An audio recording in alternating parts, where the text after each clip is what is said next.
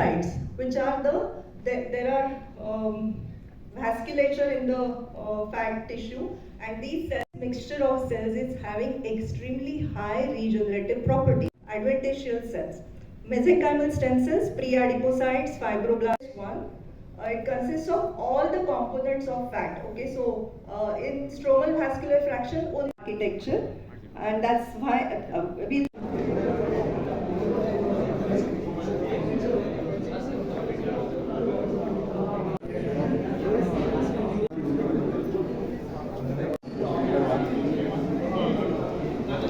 Orthopedic surgeon and a regenerative medicine specialist.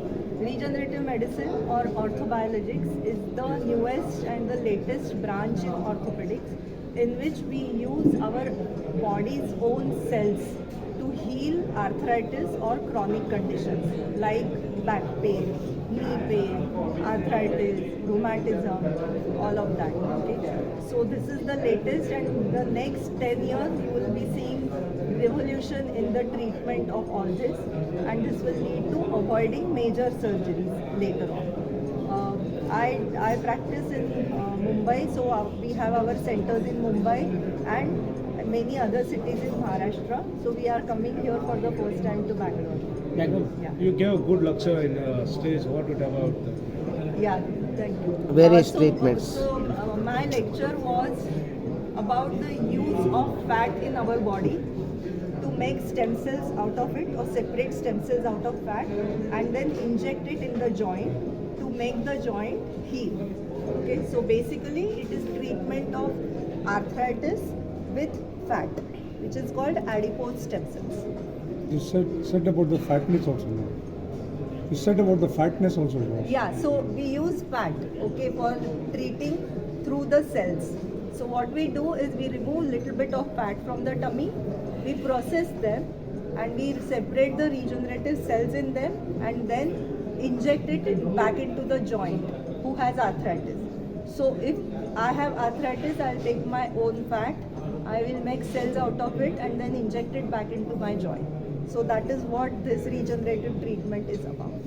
What is the cost of the treatments? We can actually use multiple things. So I spoke about fat today, but we can make the similar things out of blood also, okay, which are very simple things to be done. Cost is variable. It depends from patient to patient. It is right now not cut that out. Can it have the success rate, madam? Success rate is very high. Most importantly, there are no side effects because it is from your own body. There are no side effects. It doesn't have any drug, or later on you will say that okay, this is the side effect of this drug. That doesn't happen with this because these are your own cells. They are unprocessed. They are simply separated and then injected in the body. Concentrated and then given back to you. Yeah. So what do you have to say about the after 40 years people are getting a pains in the knees and all that? Yeah, exactly.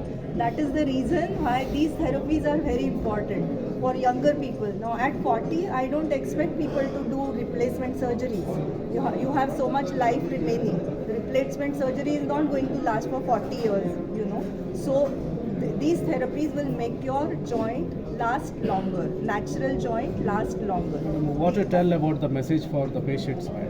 So I will always say that if you have been diagnosed with any joint problem or joint issue or arthritis and you are thinking of surgery, then please consult a regenerative medicine specialist to see whether these therapies work for you. Before you go in India today, there aren't too many people who are focused on orthobiologics, which is regenerative therapies in India. What we have done is we are also a training center for a lot of doctors. So we train orthopedics in orthobiologic treatment. So what is regenerative treatments? How it is to be done? Who are the right patients for it? What kind of patient selection should we be doing? What kind of treatment should we be doing for which kind of patient? All of that training we give and provide to the orthopedics in the country. We are associated with the American Board for Regenerative Medicine, which provides their diplomat program. So we are the only guys in India who provide the diplomat training program to orthopedics in the country. Any new type without surgery?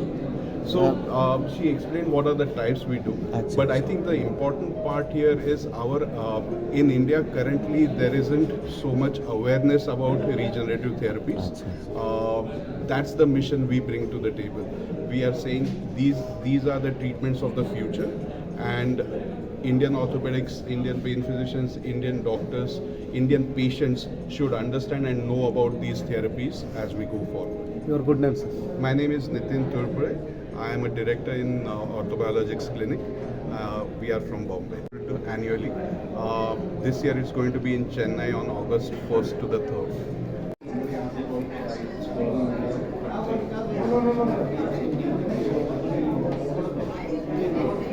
Madam मुझे किस चीज़ पे बताया था हाँ नहीं वो मत डालो क्योंकि वो ऐसे नहीं रहता है वो patient specific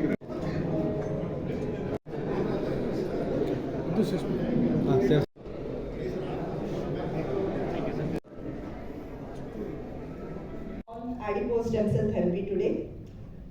As an orthopedic surgeons, for us, fat is only fat cells. Okay, there's nothing else more to fat.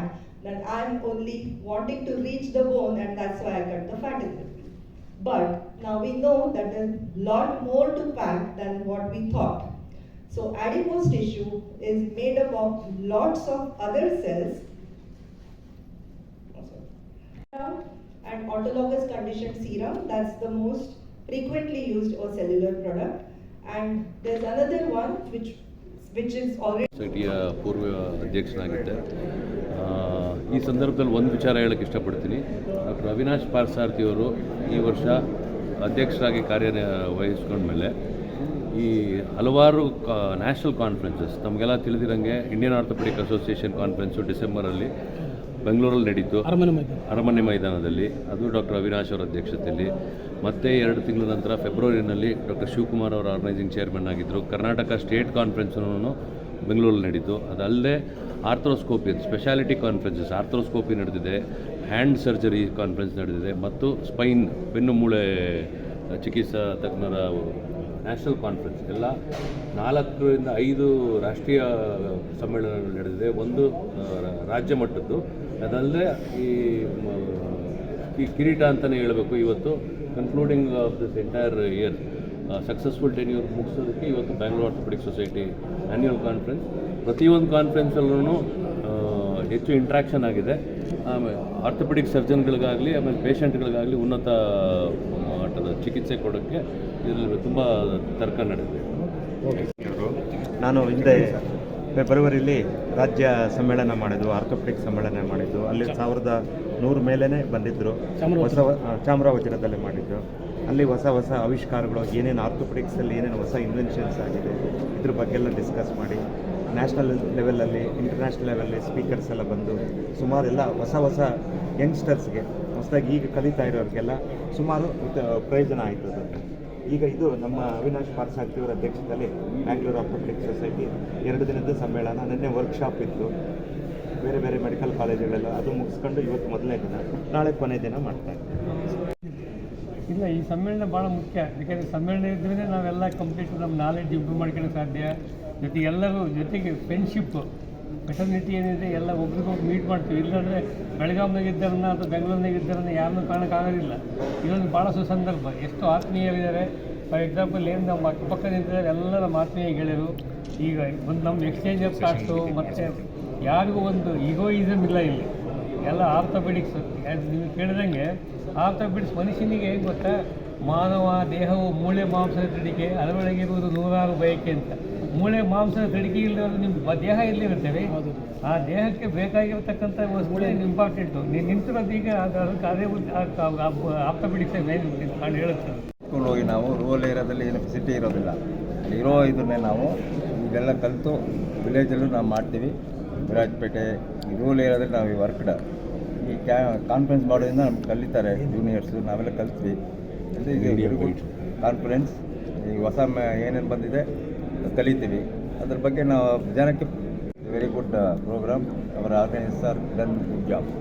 ಈ ಸಮ್ಮೇಳನದ ವಿಶೇಷತೆ ಅದ್ರ ಬಗ್ಗೆ ಇದು ನಮ್ಮ ಬೆಂಗಳೂರು ಆರ್ಥೋಪೆಡಿಕ್ ಸೊಸೈಟಿ ಪ್ರತಿ ವರ್ಷ ನಾವು ಆ್ಯನ್ಯುವಲ್ ಕಾನ್ಫರೆನ್ಸ್ ಅಂತ ಮಾಡ್ತಾರೆ.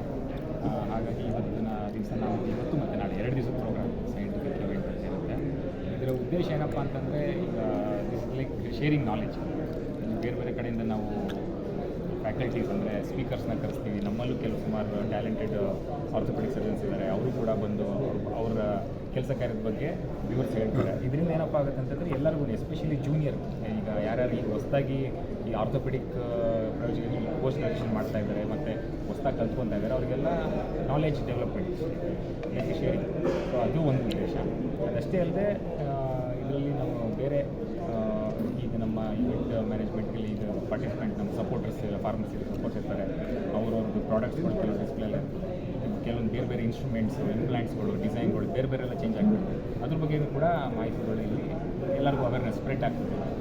Basically it's like sharing knowledge, spreading awareness orthopaedics. ಏನು ಹೇಳಕ್ಕೆ ಇಷ್ಟಪಡ್ತಾರೆ orthopaedics? Orthopaedics one of the important subject ನಮ್ಮ ಮೆಡಿಕಲ್ ಫೀಲ್ಡಲ್ಲಿ. ಆ್ಯಂಡ್ ಓವರ್ ದ ಇಯರ್ಸ್ ಹಲವಾರು ವರ್ಷಗಳಿಂದ ಸಾಕಷ್ಟು ಅದರಲ್ಲಿ ಅಡ್ವಾನ್ಸಸ್ ಅಂದರೆ ಬದಲಾವಣೆಗಳು ಚೇಂಜ್ ಆಗ್ತಾ ಇದ್ದಾವೆ. ಇನ್ನಷ್ಟು ಉನ್ನತ ಮಟ್ಟಂಥ ನಮ್ಮಲ್ಲಿ ಸಲಕರಣೆಗಳು ಬರ್ತಾ ಇದೆ, ಇಂಪ್ಲಾಂಟ್ಸ್ಗಳು ಬರ್ತಾ ಇದೆ, ಟೆಕ್ನಿಕ್ಸ್ಗಳು ಇಂಪ್ರೂವ್ ಆಗ್ತಾ ಇದೆ. ಇದರಿಂದ ಪೇಷಂಟ್ಸ್ಗಳಿಗಂತೂ ಡೆಫಿನೆಟ್ಲಿ ಬೆನಿಫಿಟ್ ಆಗುತ್ತೆ ಅಂತ ಹೇಳೋಕ್ಕೆ ಇಷ್ಟಪಡ್ತೀನಿ. ಸರ್ ಮಾತು ಹೆಚ್ಚಾಗಿ ಮೂಳೆ ಶಸ್ತ್ರಚಿಕಿತ್ಸಾ ಕ್ಷೇತ್ರದಲ್ಲಿ ಏನು ಹೊಸ ಟೆಕ್ನಾಲಜಿಗಳು ಬಂದಿದ್ದಾವೆ, ಏನು ಹೊಸ ಶಸ್ತ್ರಚಿಕಿತ್ಸೆಗಳು ಬಂದಿದ್ದಾವೆ, ಅದನ್ನು ಅಳವಡಿಸಿ ಮತ್ತು ನಮ್ಮ ಹೊಸ ವೈದ್ಯರುಗಳು ಯಾರು ಜೂನಿಯರ್ ಡಾಕ್ಟರ್ಸ್ ಅಂತ ಹೇಳ್ತೀವಿ, ಅವ್ರಿಗೆ ಇದು ಒಂದು ಒಳ್ಳೆಯ ಅವಕಾಶ ಇರುತ್ತೆ. ನಮ್ಮ ಸೀನಿಯರ್ಸ್ನೆಲ್ಲ ನೋಡಿ ಅವರು ಕಲ್ತ್ಕೊಂಡು ಅದನ್ನು ಅವರ ಪ್ರಾಕ್ಟೀಸಲ್ಲಿ ಅದನ್ನು ಅಳವಡಿಸಿಕೊಂಡು ಒಟ್ಟಾಗಿ ನಮ್ಮ ಪೇಷಂಟ್ಸ್ಗಳಿಗೆ ಅಂದರೆ ರೋಗಿಗಳಿಗೆ ಹೆಚ್ಚಿನ ಮತ್ತು ಒಳ್ಳೆಯ ಉತ್ತಮ ಮಟ್ಟದ ಚಿಕಿತ್ಸೆ ಕೊಡೋದ್ರಲ್ಲಿ ಅನುಕೂಲ ಆಗುತ್ತೆ. ಎಷ್ಟು ಜನ ಭಾಗಿಯಾಗಿದೆ ಸುಮಾರು 800ರಿಂದ 1000 ಜನ ವೈದ್ಯರು, ಆರ್ಥೋಪೆಡಿಕ್ ವೈದ್ಯರು ಭಾಗಿಯಾಗಿದ್ದಾರೆ. ಪ್ರಮುಖವಾಗಿ ಹೊಸ ಟೆಕ್ನಾಲಜಿ, ಯಾಕಂದರೆ ನೀ ಪ್ರಾಬ್ಲಮ್ ತುಂಬ ಇದೆ ಎಲ್ಲ ಕಡೆಯೂ ಕೂಡ. ಸಹಜವಾಗಿ ಅದು ನೀ ಪ್ರಾಬ್ಲಮ್ ಅದ್ರ ಬಗ್ಗೆ ಅದನ್ನು ತಡೆಗಟ್ಟಲಿಕ್ಕೆ ಸೊ ಏನು ಟೆಕ್ನಾಲಜಿ?